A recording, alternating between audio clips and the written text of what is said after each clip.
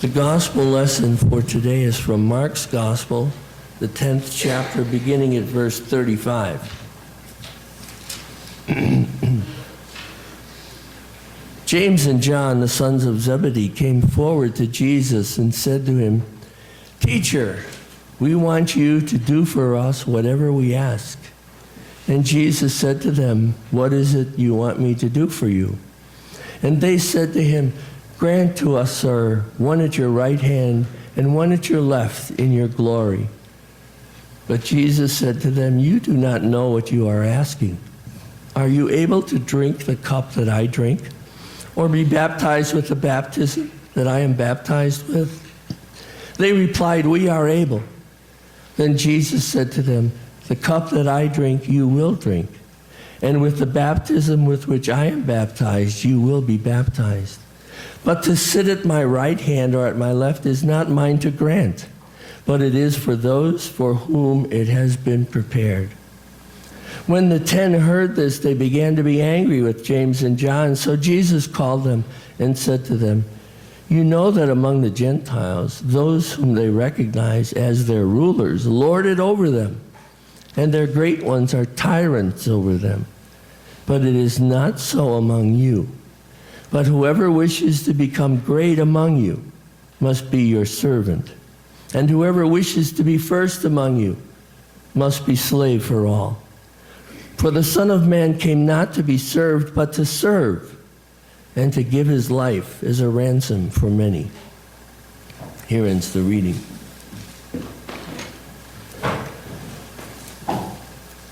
We don't often think about how radical Jesus is when he talks about things like this. And in our world today, we hear these ancient words and we listen to the words of Jesus in a special way because, after all, it is Jesus that said them. But we don't understand those words any better now than the disciples in those days. In a world full of power and prestige and money and advertising that tries to sell those ideas as our values, it's hard to understand what Jesus was talking about.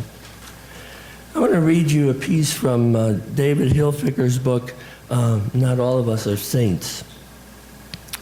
He was a doctor in Minnesota for a long time, and then he left Minnesota, and he went to Washington, D.C., because he decided he had had a good life and many good things had happened to him, and he probably made enough money.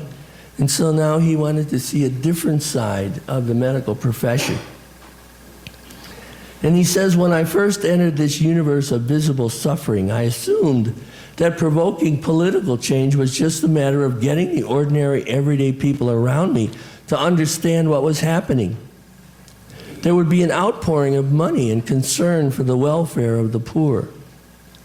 But as I saw the homeless men with black feet, oozing and gangrenous from frostbite, discharged from emergency rooms, as hospital social workers threatened to discharge elderly, demented men back to the streets, as alcoholics seeking help at the city detoxification centers were turned away because they weren't drunk enough, as child protection workers dragged their feet or refused outright to investigate abusive situations we reported, I began to realize that the poverty I was seeing was much deeper than I could have imagined.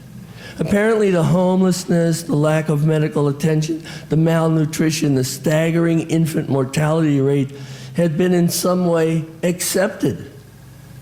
They had become tolerable evils. It would not be enough to inform people of what was happening. In some sense, they already knew and were numbed to it.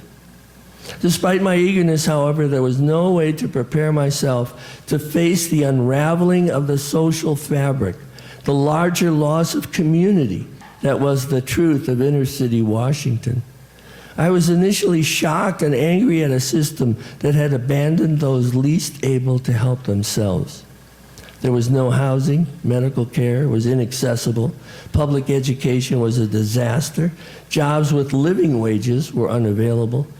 Most of my new patients had the same kinds of medical illnesses I had attended in Minnesota, but they also suffered from a kind of neglect I had not imagined possible. That shock, though, I could at least see coming. What caught me completely off guard was my patients' internalization of their abandonment. Children who had not been adequately loved now saw themselves as unlovable. Young people who had been inadequately trusted could now trust no one. Adults who had been pushed down too many times saw failure as inevitable. Addicts for whom no treatment was offered had now, for practical purposes, given up on the possibility of a meaningful life. I was not prepared for the hostility, the seeming ingratitude, the non-compliance, the irrationality that is so much a part of the inner city reality.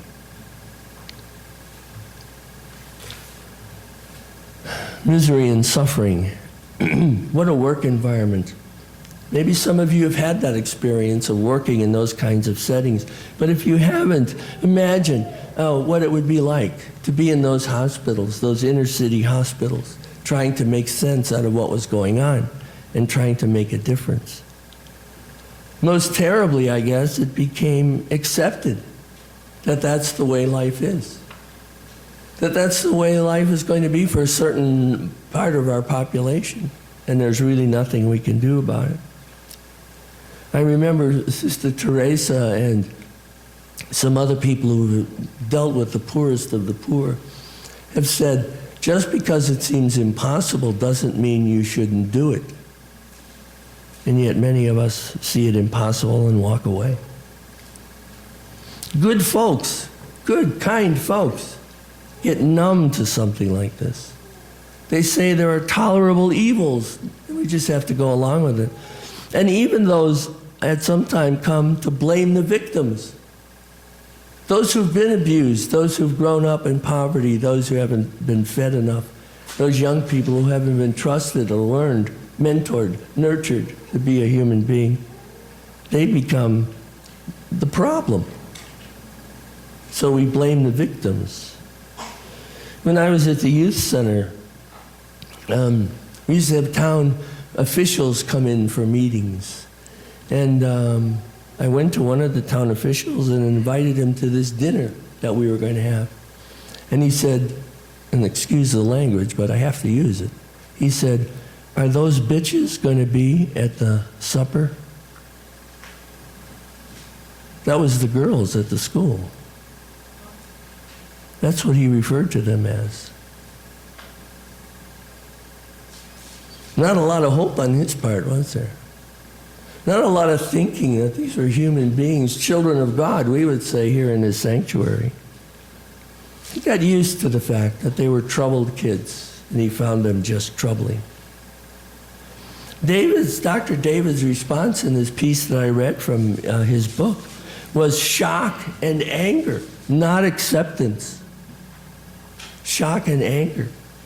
What he saw and what you and I need to understand was that his patients had internalized abandonment. Abandonment is also a psychological term. It has tremendous implications. If people have suffered from abandonment by a parent or a loved one somewhere in their life, it's a wound that they carry constantly. And that wound seeps into all the things that they try to do. And if you try to meet someone who's suffered from abandonment, then try to form a relationship with them, you find that there's something missing sometimes and you don't understand what it is. But they've suffered abandonment. Sometimes it is not because their parents were bad people. Their parents didn't really understand what they were doing. And somehow this got to be part of their relationship, even with their own children. I know someone who said to me, "I never tell my children I love them. I'm their parent. They know that."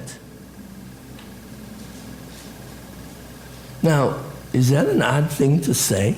I mean, maybe I'm crazy. I don't say to my children, "I love you. I think you're beautiful. I think you're wonderful. I think you're talented. I think all good things about you." They should know that. Somehow, as we get older, we get this idea that people in our families read our minds. And our wives or our husbands or our children or whoever can tell what we're thinking. without us saying it. And then years later in therapy, one person looks at the other and says, "You never said you loved me." And the person is shocked. Well, you should have known that. Obviously, he or she didn't. That's why they're in therapy. It's not the way we human beings are meant to be. So often in the scriptures we hear about Jesus, in fact last week, looking at someone and loving him, talking about people, that you are God's person, you are precious in God's sight. "I don't condemn you either," he said to one person who had been caught in trouble. And all these kinds of things, affirming this person as a child of God. You're not abandoned by God. It's hard to imagine. If you have abandonment issues, you know exactly what I'm talking about. It is still so painful, no matter how long ago it happened. And if you don't have abandonment issues, you can understand that some of the people around you do have them, and they have a problem in relationships. And it's easy for us to write them off. But let me tell you, they have got a tremendous struggle going on inside them.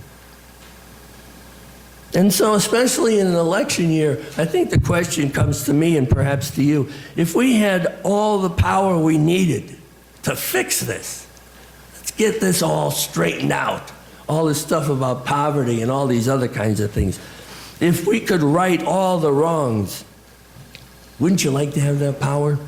If we could punish the evil ones, if we could force a solution on situations, if we could kick the corrupt out of office, spend a lot of money to take care of the kids' needs, but spend the money the way we thought it needed to be spent, the needs of poor and elderly people or sick people, we would decide how they should be taken care of. If we could dictate policy and rules and dictate what kind of people will be in authority, wouldn't it be nice to have that power? Wouldn't it be better if we could do this? Well, don't you think God would be happy with us if we could be like that? A lot of political leaders use the model of the strict father. The strict father who lays down the law, keeps everybody in control, makes sure that everything is taken care of in the appropriate, according to him, way. I'm afraid that's not a very good way to act. And it's certainly not the way we see from Jesus. Exactly what the disciples hoped for was this strict father, this powerful way of dealing with things. That's what they wanted. These two disciples come to him and say, "I want to be at your right hand," and the other one, "I want to be at your left," because that's a sign of power. There's Jesus. Every picture Jesus is in, we're in the picture with him. We have power. But what they wanted power for was to restore the Jewish nation and to crush the Roman Empire. This is the Messiah, they'd been told after all.